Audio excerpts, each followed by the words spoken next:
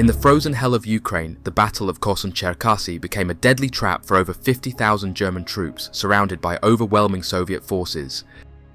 With Hitler demanding a last stand, Field Marshal Manstein made a bold and controversial decision. He defied the Führer's orders, retreating his men in a daring breakout attempt.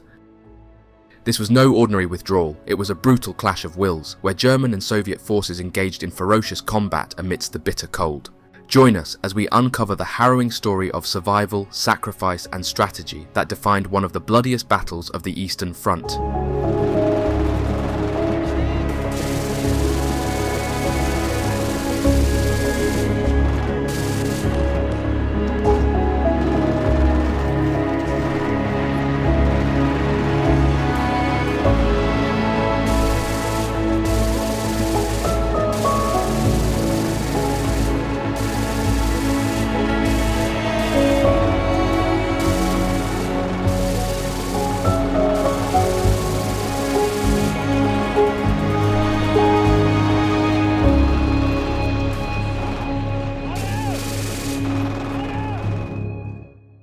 The air was thick with smoke and the stench of death. Our positions were barely defensible, crude trenches dug into frozen soil, surrounded by endless snowfields. We couldn't move without being spotted by Soviet artillery observers. Every time a shell landed, it flung bodies and dirt into the air like some cruel joke. There was no escape, only survival. I remember one attack vividly. The Soviets charged us in waves, their war cries echoing across the open fields. We fired until the barrels of our rifles glowed red, but they just kept coming. The MG-42 gunner next to me, Hans, shouted over the roar of the machine gun, "We'll run out of bullets before they run out of men." He was right. Eventually they broke through our line. Hand-to-hand combat in the freezing cold is something you never forget. I stabbed one Soviet soldier with my bayonet, but he wouldn't fall. He grabbed me, screaming something in Russian, and I had to pull my pistol to finish him. My hands were shaking so badly I nearly dropped it. Blood froze instantly on my gloves, turning them stiff and slick. On January 26, 1944, during the harsh Ukrainian winter, the tanks of General Ivan S. Konev's 2nd Ukrainian Front forced their way through the German defences at Kapitanovka. Lieutenant General Nikolaus von Vormann of the 47th Panzer Corps described the scene. Regardless of the losses, and I mean regardless of losses, masses of Soviets about midday streamed westwards past the German panzers, which were firing at them with everything they had. 2 days later, Konev's forces joined with General Nikolai F. Vatutin's 1st Ukrainian Front at Zvenigorodka. Konev triumphantly declared, "We've done it this time. I've got the Germans in the pincers, and I'm not letting them slip out again." At the centre of the unfolding drama was the airfield at Korsun, where Army Group South held onto a precarious salient on the western bank of the Dnieper River between Kaniv and Cherkassy. Field Marshal Erich von Manstein, commanding Army Group South, flew to Hitler's headquarters in Rastenburg to plead for a withdrawal of the exposed right wing. Hitler, fixated on turning the tide of the war, refused. This decision opened the door for Marshal Georgy K. Zhukov, Stavka's chief overseer of the Ukrainian front, to orchestrate the largest German encirclement since Stalingrad. Since the defeat at Kursk the previous summer, the Third Reich had lost strategic momentum to the Soviets. With numerical and material superiority, the Red Army could dictate when and where to strike. Although elite German units acted as fire brigades to counter Soviet breakthroughs, the front line was steadily forced westward. Despite the retreat, the Germans inflicted heavy casualties. Between July 1st and September 30th, 1943, the Red Army suffered 4 losses for every German one. Konev unleashed his attack on January 25th with a ferocious artillery barrage that tore through the German lines west of Bertki. The thunderous bombardment, a prelude to the onslaught, left the already overstretched German defenders scrambling for survival.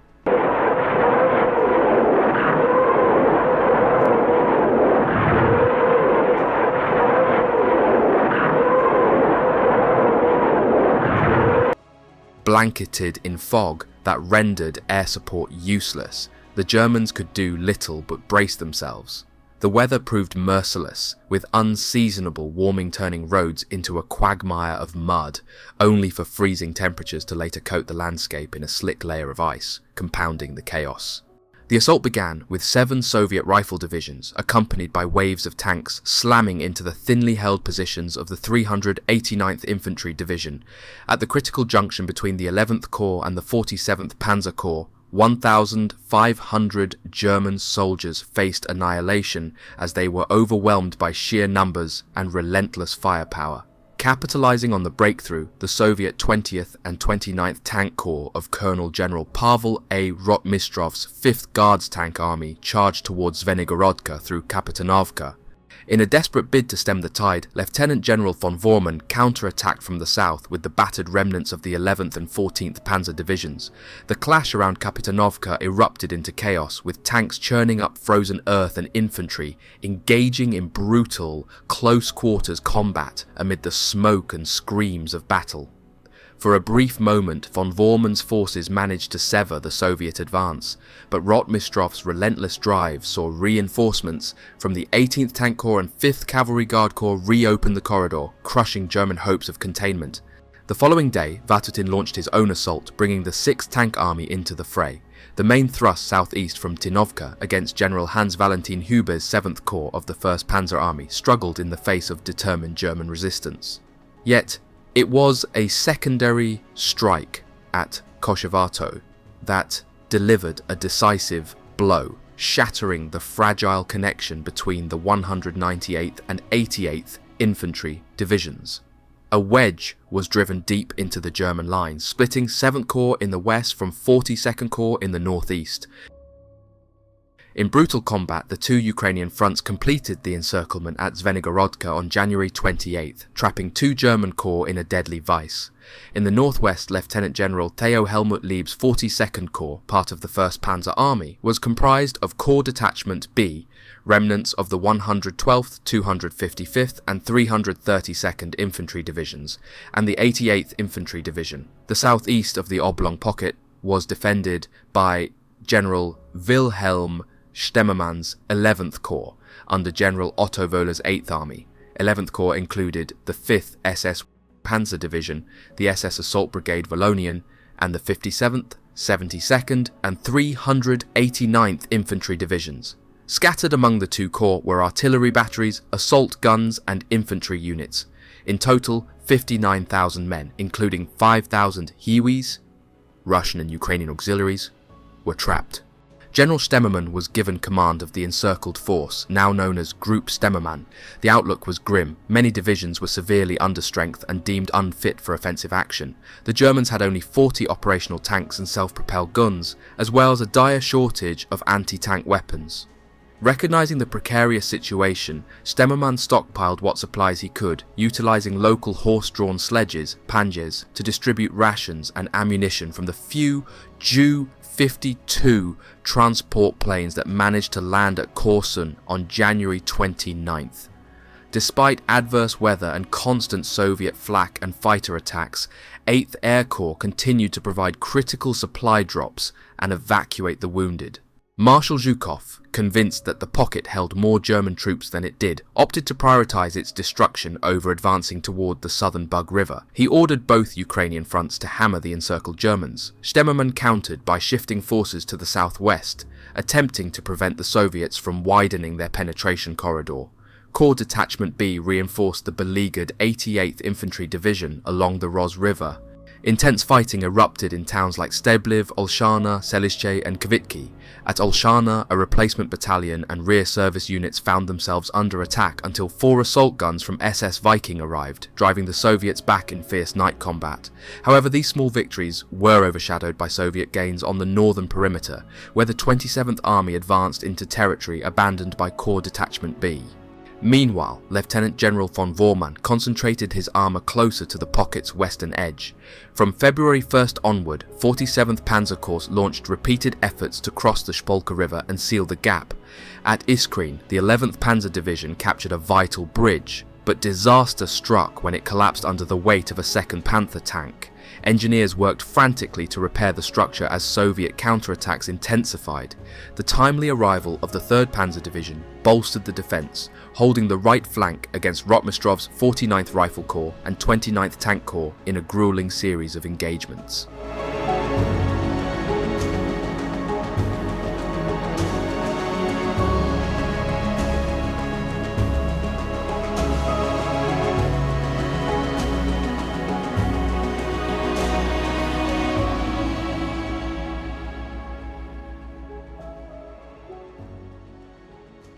The encircled German forces fought tooth and nail, their survival hanging by a thread amid the unrelenting Soviet onslaught and harsh winter conditions. Captain Hans-Ulrich Rudel of the famed Immelmann dive bomber wing soared into battle alongside the panzer divisions.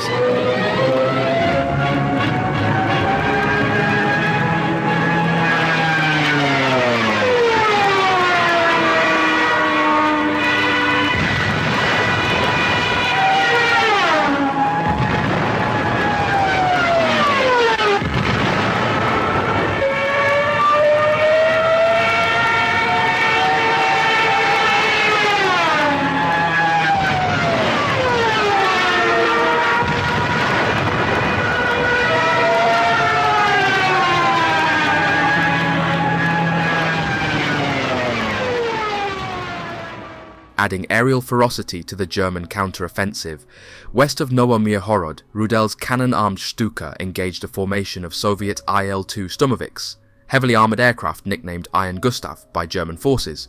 In his account, Rudel described the moment with dramatic clarity. It is a longish shot, but I get one of the ungainly birds into my sights and loose off a round of anti-tank ammunition from each of the slow-firing cannons.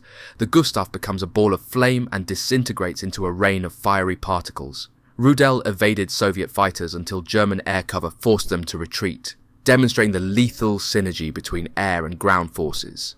Meanwhile, Lieutenant General von Bormann anxiously awaited the 24th Panzer Division to bolster his faltering lines. He planned a decisive relief offensive in coordination with General Hans Valentin Huber's 1st Panzer Army, which had been preoccupied encircling and annihilating elements of the Soviet 1st Tank Army near Balabanova. Delayed by this operation, Hube had yet to make a meaningful attempt to relieve Group Stemmermann, but preparations for Operation Wonder signalled a shift. The transfer of troops to the eastern staging area under 7th Corps was a gruelling process, as deteriorating roads and fragile bridges strained under the weight of 45-ton Panthers and 57-ton Tigers, necessitating extensive reinforcement and rail transport. Operation Wonder called for General Hermann Breith's 3rd Panzer Corps to strike north across the Niloy-Tikich River, pivot eastward toward the encircled pocket near Medvin, and envelop the 6th Tank and 5th Guards Tank armies. Breith's spearhead comprised the 16th and 17th Panzer Divisions, Heavy Panzer Battalion 506, the ad hoc Heavy Panzer Regiment Bake, and Stugee Battalion 249, a force of 126 tanks and assault guns. Reinforcements including 150 additional tanks and assault guns from the 1st SS Panzer Division Leibstandarte and the 1st Panzer Division promised a formidable German armoured force, rare by 1944 standards. The attack began on February 4th with Breith's forces smashing through Soviet infantry, anti-tank positions and minefields held by the 104th Rifle Corps north of Novaya Greblia Bagva. Elements of the 16th Panzer Division reached Kosyakovka on the Niloy-Tikich River, but Soviet engineers had already destroyed the bridges. Resistance intensified as the Soviets deployed the 2nd and 6th Tank Armies and the 40th Army to blunt the German penetration. The 34th Infantry Division and units from Leibstandarte faced relentless pressure defending the western flank near Tinovka. Despite Lieutenant Colonel Franz Baker's dramatic claim of destroying 31 out of 40 Soviet tanks in the battle for Kosyakovka, the 16th Panzer Division was ultimately forced to withdraw from the settlement. On the eastern flank, 3rd Panzer Corps achieved greater success. The combined strength of the 1st and 17th Panzer Divisions, Bake's Heavy Regiment, and the 198th Infantry Division captured the villages of Vinograd and Repki, advancing despite ferocious Soviet resistance. Each step of the offensive came at a high cost, with the German armour grinding forward against a determined enemy unwilling to relinquish the initiative. The 47th Panzer Corps had a shorter distance to cover than Breith's 3rd Panzer Corps, but the challenges they faced were no less harrowing. On February 4th, von Bormann's forces, battered and exhausted, could muster only 58 operational tanks and assault guns. These troops were already stretched thin, fending off relentless Soviet counterattacks. To make matters worse, Hitler, against Manstein's objections, ordered the 24th Panzer Division, an essential reinforcement that had just arrived after a gruelling journey, to turn back and support the 6th Army near Nikopol. This left von Bormann's corps severely underpowered and reduced to launching small spoiling attacks to slow the Soviet advance. But the Germans' troubles were only beginning. With their ranks thinned and resources stretched to the breaking point, von Bormann's troops would now face the full fury of the Soviet war machine. The question was no longer how to advance, it was whether they could even survive. The terrain itself seemed to conspire against them. Thick mud made movement a nightmare. In some areas, only tracked vehicles could even attempt to move forward. Panthers churned through the mire in low gears, while the Soviet T-34s, despite their wide tracks, occasionally bogged down as well. Fuel consumption skyrocketed, further straining the already precarious supply lines. Wounded soldiers, critical for evacuation, often succumbed because it took too long to move them through the muck. Many infantrymen lost their boots in the mud and marched barefoot, their feet freezing in the slush. Soviet Lieutenant Alexander M. Fadin of the 22nd Tank Brigade later remembered the conditions. All logistical tasks had to be carried out by horses as wheeled vehicles got stuck. Local women and teenagers carried ammo rounds over their shoulders, sinking knee-deep in the mud. The Germans weren't the only ones suffering. The Soviet forces, though relentless, also struggled with the unforgiving terrain. It was a battle not only against the enemy but against the land itself, as both sides fought tooth and nail to gain an advantage. Above the battlefield, the Luftwaffe fought desperately to keep the German effort alive. Fighters shielded low-flying Ju-52 transport planes, which dropped barrels of fuel directly onto the battlefield. But even this lifeline had its complications. Many barrels landed 200 to 300 yards from the tanks, forcing crews to drag them through the mud using steel winches. Ammunition and fuel were prioritized, leaving the panzer crews and grenadiers with little to eat. Unlike their machines, the soldiers had no choice but to continue fighting on empty stomachs. It was a grim reality for von Bormann's men. With limited supplies and relentless Soviet attacks, survival was a daily struggle. Yet even as they starved, the Germans fought on, determined to hold their ground. The Soviets meanwhile intensified their assault. Fresh reinforcements from the 5th and 7th Guards armies joined the fray, hammering the encircled Germans from all sides. Group Stemmermann was forced to abandon its fragile hold on the Dnieper River. Between February 6th and 8th, Soviet Cossacks from the 5th Guards Cavalry Corps, along with rifle divisions from the 4th Guards and 52nd Armies, launched furious efforts to split the German pocket in two. In the village of Valyava, the fighting reached a fever pitch. German troops of the 72nd Infantry Division engaged in savage house-to-house combat, battling among burning izbas, log huts. Backed by armour from the SS Wiking Division, they managed to frustrate Soviet attempts to sever the vital road between Korsun and Dashikivka. The battle at Valyava was a microcosm of the larger struggle. The Germans, outnumbered and outgunned, clung desperately to every inch of ground, knowing that a single breakthrough could doom them all. For now they held the line, but the storm was far from over. With every passing hour, the noose around Group Stemmermann tightened. The Soviets pressed harder, determined to crush the pocket once and for all. Would the Germans be able to hold out long enough for a miracle, or would this battle end in disaster? As the noose tightened around Group Stemmermann, Soviet psychological warfare efforts kicked into high gear. A Soviet envoy arrived under a white flag at the front of the 258th Regiment, Corps Detachment B, offering surrender terms. The Germans, unimpressed, treated the envoy to a glass of French cognac, assured him they would consider the offer, and sent him on his way. Meanwhile, the Soviets employed a more insidious tactic. Members of the Free Germany National Committee, dressed in German officer uniforms, infiltrated the pocket. This committee, composed of exiled German communists and turncoat POWs, sought to erode morale. General Walter von Seydlitz, the committee's vice president, broadcast promises of food, safety, and shelter to the surrounded troops, and millions of leaflets echoed the same message. But if the Soviets thought this would break Group Stemmermann, they were mistaken. The surrounded German forces had endured too much to be swayed by promises of an easy surrender. They held fast, rejecting every offer and prepared to fight on. Efforts to split the pocket by force also failed. Stemmermann executed a skillful withdrawal from the southeastern section, consolidating his forces. By February 10th, the pocket had shrunk into a tight triangle with Morinci at the top, Stebliv at the western base, and Korsun at the eastern. Despite Korsun's airfield coming under heavy artillery fire, the 8th Air Corps continued flying supplies into the pocket under the cover of darkness. Meanwhile, 3rd Panzer Corps, slowed by mud and Soviet resistance, abandoned its ambitious sweep northeast and shifted to a more direct thrust toward Group Stemmermann. Their path, however, was once again blocked by the formidable Gniloi Tikik River. Battle Group Kampfgruppe Barca, Battle Group Frank of the 1st Panzer Division and the 16th Panzer Division worked together to secure infantry and tank bridgeheads at Bushanka and Frankovka. At Frankovka, one of Bake's Panthers was the first to cross a captured bridge, earning its crew 8 days of leave. A triumphant radio message was sent to Stemmermann: "We are coming. Bridgehead at Frankovka, 1100 hours." Hope began to flicker in the encircled pocket. Reinforcements were finally on their way, but the hardest battles were still to come, and the Germans would need every ounce of their resolve to break free. On the morning of February 13th, Baker, supported by elements of the 16th Panzer Division, began advancing across the river toward Dashukivka. The advance was immediately met with resistance. 2 Soviet T-34s were spotted moving into a small depression. Sensing a trap, Baker called for air support. German tanks fired white flares to signal Stuka dive bombers, which came screaming down upon the concealed T-34s. The ambush was flushed into the open, where Baker's Tiger tanks, armed with their powerful 88mm guns, engaged at an impressive distance of 2,000 yards. The Soviets retaliated, sending waves of T-34s to outflank the Tigers.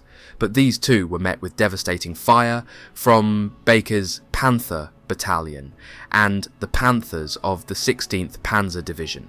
Stukas obliterated Soviet anti-tank positions, clearing the way for a German breakthrough. When the dust settled, the Germans claimed to have destroyed 70 Soviet tanks and 40 anti-tank guns at the cost of 5 Tigers and 4 Panthers. Dashukivka, Chesnovka and Kijinci fell to the advancing German forces. Field Marshal Manstein, impressed by the achievement, sent an encouraging message to 3rd Panzer Corps. "Bravo! Despite the mud and Russians, already much has been accomplished. Now it is about the last step, teeth together and forward."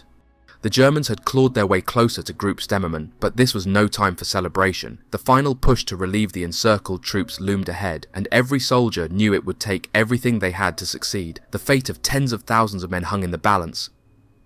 With the clock ticking and the Soviets determined to crush the pocket, could the German relief force make it in time? Or would Group Stemmermann face annihilation before help could arrive? Lieutenant Colonel Heinz W. Frank's battle group achieved a significant breakthrough by clearing the heavily defended village of Lysianka, further east along the Gniloy-Tikich River.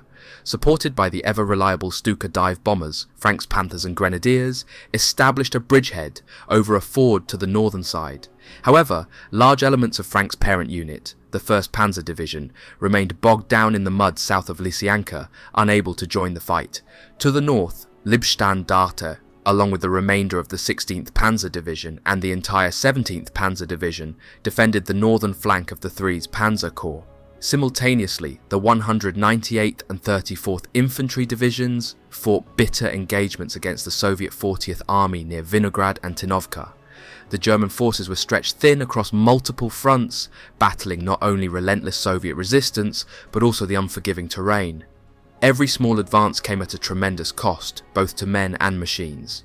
Von Vormann, attempting to relieve pressure on 3rd Panzer Corps, launched fresh attacks. Grenadiers clung to the tanks of the 11th Panzer Division as they pushed across the Spolka River at Yerki. North of the town, Soviet mortar shells rained down, forcing the infantry into cover. Soviet anti-tank guns then opened fire, but the Panthers quickly silenced them, miraculously suffering no losses. Yet, the strain on the German forces was showing. By February 13th, only 3 of the 20 Panthers were operational due to critical fuel shortages. The Iskrenoye bridgehead had to be abandoned, and efforts by the 13th Panzer Division to force another crossing at Yukivka were thwarted by stubborn Soviet defences. As fuel supplies dwindled and Soviet resistance stiffened, the Germans found themselves fighting with their backs against the wall. Each passing day tested their resolve to its breaking point. The soldiers themselves were deteriorating. Many succumbed to Volhynian fever, a typhoid-like disease that even afflicted Major General Gustav von Wietersheim, who required injections to remain in command of the 11th Panzer Division. Worn-out socks and boots, frostbite, trench foot and lice added to the misery of an already beleaguered force. Even the toughest men have their limits, and the relentless hardships of disease, exhaustion and the biting winter took a heavy toll on the German ranks. Yet still, they fought on. On February 11th, SS Viking captured the village of Shenderivka, establishing it as the main base for the anticipated breakout. To shorten the distance to the 3rd Panzer Corps, Stemmermann ordered an offensive to the southwest. Major Robert Kastner's 105th Regiment, clad in white snow smocks, launched a surprise attack on the 1st Soviet defensive line, overcoming it with swift efficiency. Around midnight, Kastner called in a self-propelled 20mm anti-aircraft gun to target a Soviet fuel column near Novobuda. The trucks exploded in massive fireballs, lighting up the night sky. With Novobuda secured, the 72nd Infantry Division, supported by SS Viking and SS Wallonian, captured the nearby villages of Komarivka and Kilki. But with every step forward, the noose around the pocket tightened. Stalin, alarmed by the German advances, handed Konev command of all forces in the region. For Group Stemmermann, the stakes had never been higher. As the Germans pushed closer to the 3rd Panzer Corps, they were forced to abandon their eastern positions. On February 13th, the Soviets occupied Korsun's airfield, where the ground had turned to such soft mud that planes could scarcely take off. The final hope of resupply was gone, and everything now depended on linking up with the 3rd Panzer Corps. General Breith, determined to assess the situation himself, landed at Lysyanka in a Fieseler Stork observation plane. He found Frank's battle group hindered by a steep-banked stream blocking the path to Oktyabar. In the dim light of dusk, Sergeant Hans Strippel's Panther spotted 2 camouflaged T-34s guarding a 40-ton bridge. Strippel took decisive action, knocking out both tanks and clearing the way for the Germans to seize the bridge. This small victory inspired Breith to shift the focus of the relief effort. The terrain east of Kijintsy had proven unsuitable for tanks, so Breith ordered Frank's battle group to take the lead. With time running out and Soviet forces converging, the breakout attempt was entering its most critical phase. Could the Germans make it through to safety, or would the Soviets tighten their grip for the final blow? To counter 3rd Panzer Corps, the Soviets positioned the 18th Tank Corps at Dzержinci, with 2 tank brigades from the 20th Tank Corps advancing toward Lysyanka. North of Kijintsy, Baker's 6 remaining Panthers destroyed 8 T-34s but lost 3 of their own. Swinging south of Kijintsy, Baker's 6 Tigers knocked out 11 more Soviet tanks, but several were hit and immobilized in the process. Reinforcements arrived from Leibstandarte, but they were pitifully small. Grenadiers crammed aboard a single Stu-G, PZKW-4, Panther and Tiger. With these meagre forces, the possibility of reaching Group Stemmermann seemed increasingly desperate. The Germans were fighting against overwhelming odds. Each engagement strained their already fragile forces further. Yet, despite the mounting losses, they pressed on, clinging to the slim hope of breaking through to the encircled troops. On February 16th, tank battles raged between Dzержinci and Oktyabar. German artillery pounded Soviet infantry positions, allowing Strippel and his 7 Panthers to claim 27 T-34s at the cost of only 1 Panther. Stukas from Geschwader Immelmann struck Soviet anti-tank positions hidden on the edge of a nearby forest, their bombs sending plumes of smoke into the sky. As the surviving Soviet crews scrambled back to their guns, Baker's Tigers annihilated them. By evening, Baker and Frank had established a defensive screen west of Dzержinci and Hill 239, holding their tenuous ground. For the men of Group Stemmermann, the sounds of cannon fire on the western horizon brought one agonizing question: when would the relief forces arrive? Hitler, still clinging to fantasies of a fortress on the Dnieper, refused to approve a breakout. However, on February 16th, Manstein overrode him, radioing Stemmermann with a simple message: password freedom, objective Lysyanka, 2300 hours. Stemmermann, realizing there was no other option, replied, "We have no other chance. It is now or never." General Wöhler ordered that Lieb should lead the breakout while Stemmermann remained behind with the rearguard. News of the breakout electrified the weary, mud-covered soldiers. After weeks of waiting, they finally had a chance to fight their way to freedom.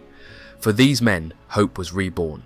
The breakout offered a glimmer of escape from the hellish conditions they had endured, but the cost would be high and not all would make it out alive. As darkness fell on February 16th to 17th, the breakout began. Soviet U-2 biplanes strafed Shenderivka, and the fires from the burning village illuminated the sky, serving as beacons for Soviet artillery. Shells rained down on the packed German troops, turning the area into a nightmarish inferno. At the Corps HQ, the headless body of a staff officer lay near the doorway, a grim reminder of the stakes. Soldiers, aware of the high odds against them, exchanged heartfelt messages and prepared for the worst. Documents were burned, and vehicles that could not move through the terrain were destroyed. The hardest decision came with the wounded.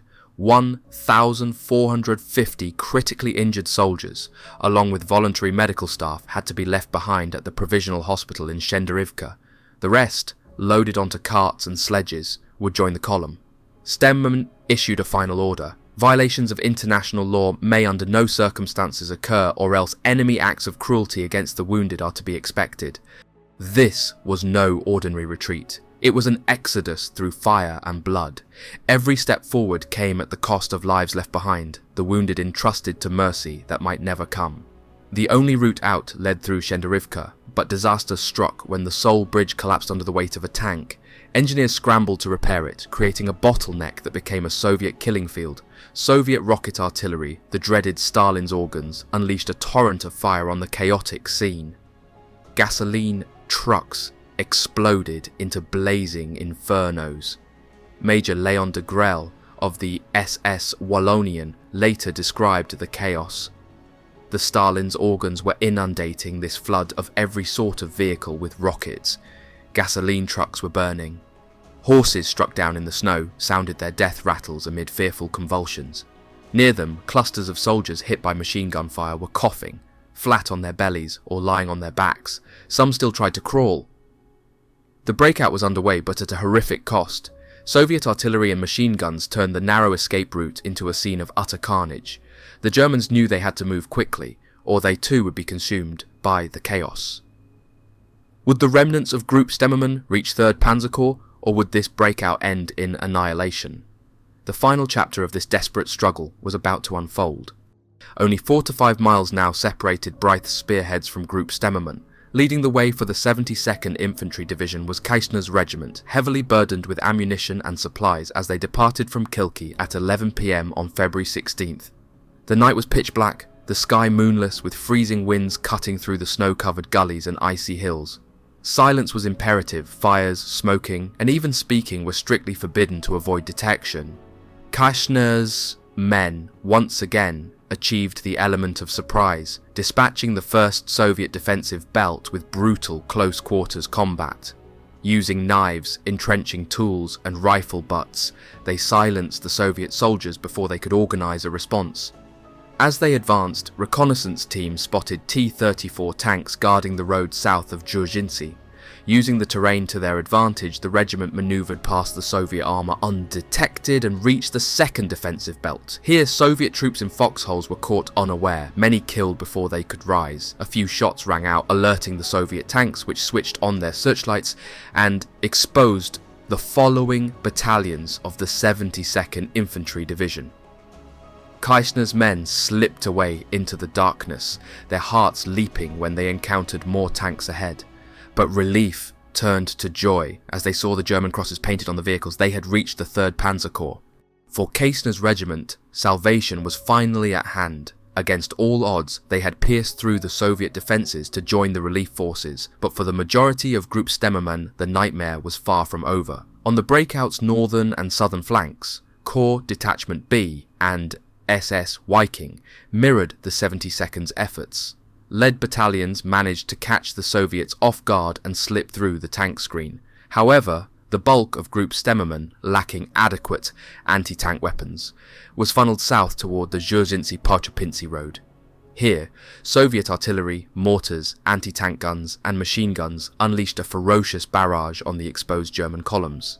Darkness and snowstorms hampered Soviet aim, but the chaos broke German unit cohesion, leaving the retreating soldiers scattered and vulnerable. The rearguard faced the most punishing task, fighting an alerted Soviet force without the benefit of darkness.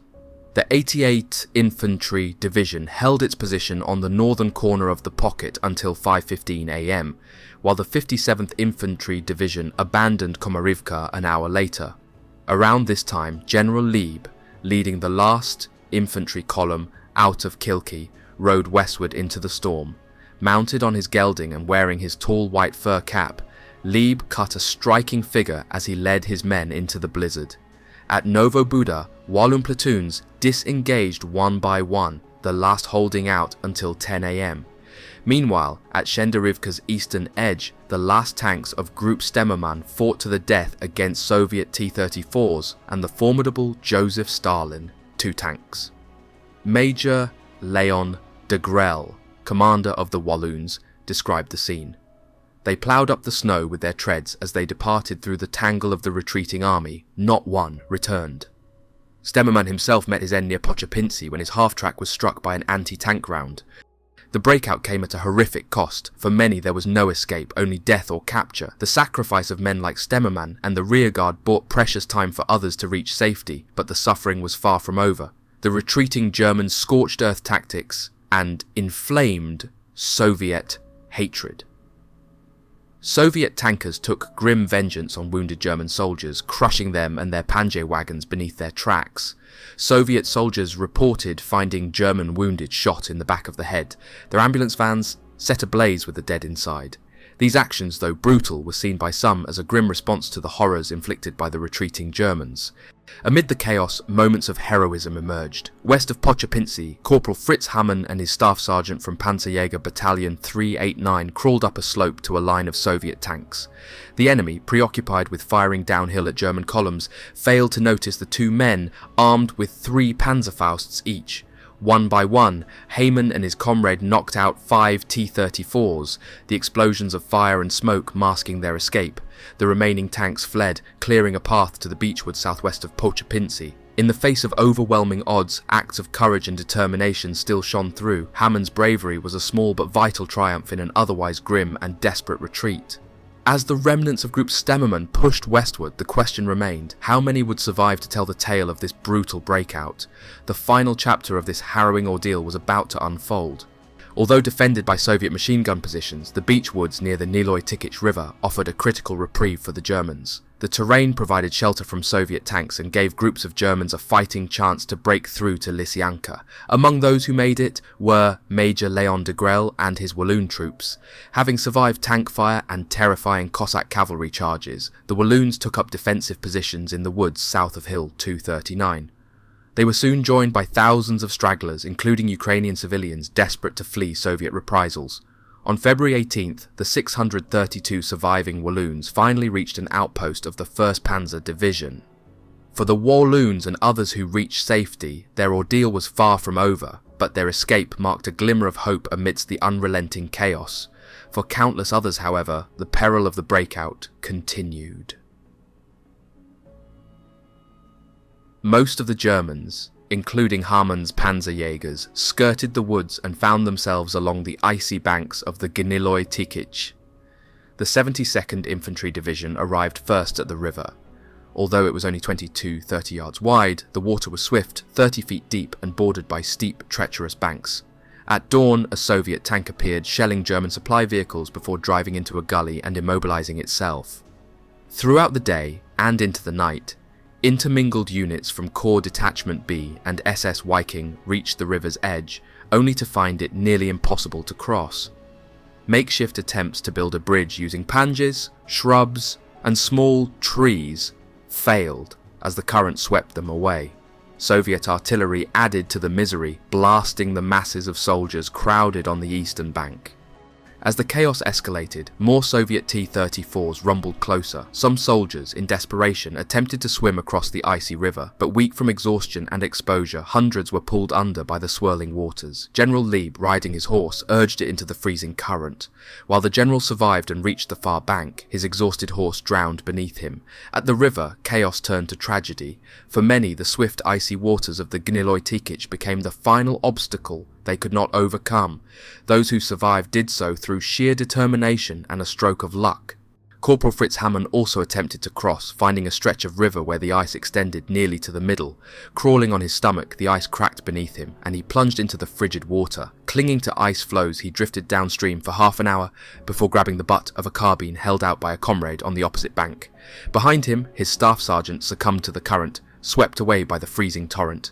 The 57th and 88th Infantry Divisions were the last to arrive at the river. Among them were Ukrainian women who had worked as auxiliaries for the Germans, terrified of falling into Soviet hands. By the morning of February 18th, footbridges had finally been constructed, allowing many, including 600 wounded carried on panjers, to cross to safety. For those who made it across the river, there was no time to rest. Wet, freezing and weakened, The survivors had to continue their journey toward Lysyanka, all while under sporadic Soviet fire from the opposite bank. Staggering onward, the survivors finally reached Lysyanka, where the first aid station, a large factory building, was already overwhelmed. Thousands of wounded soldiers lay in appalling conditions. The stench of infection and decay filled the air, with discarded, lice-infested bandages littering the floor. Medical staff wrapped their boots in Lysol-drenched bandages to keep the lice at bay. The horrors endured by the survivors of the breakout had left them physically broken and emotionally shattered. For many, the nightmare wasn't over. Though they had escaped the Soviet encirclement, their bodies and minds bore the scars of this brutal campaign, leaving them incapable of combat for months. The breakout was a bittersweet victory. Thousands had perished, countless more were wounded, and the cost of survival had been unimaginably high.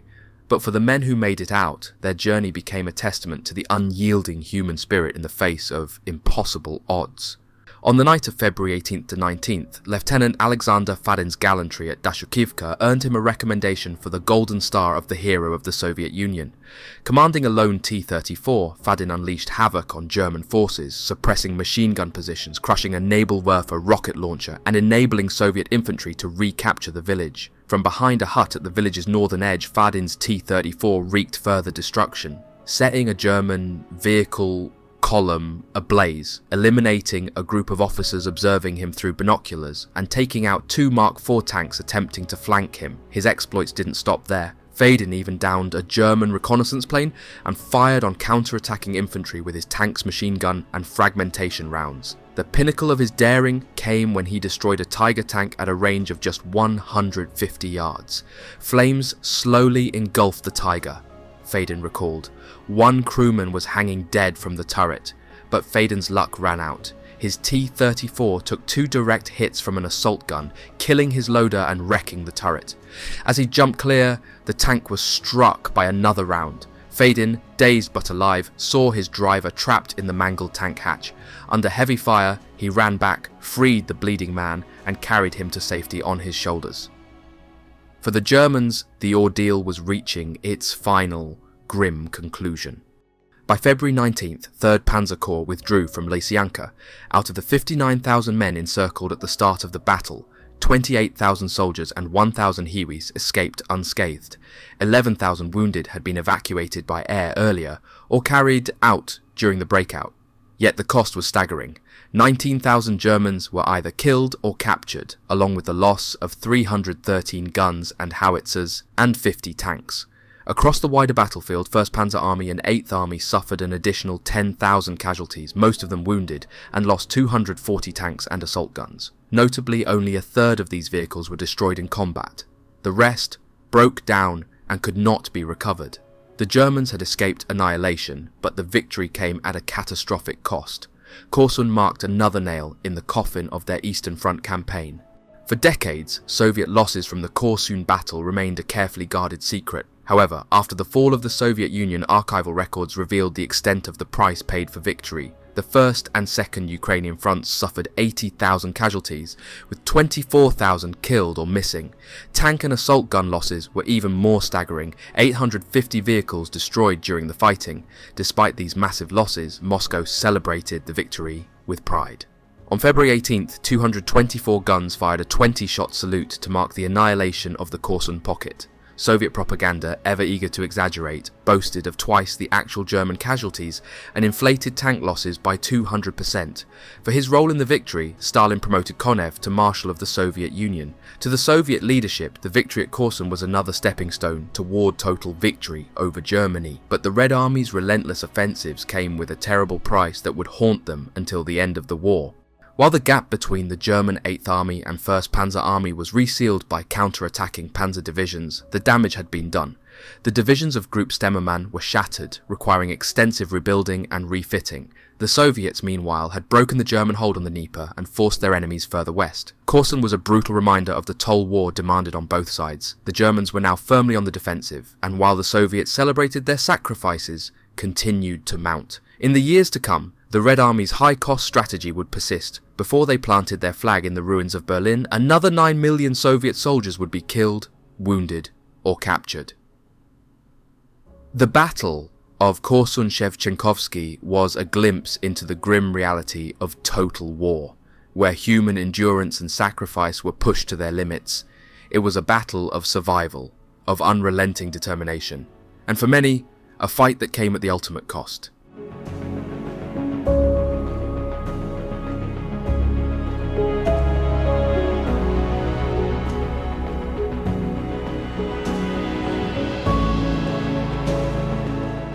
And with that, we wrap up today's video.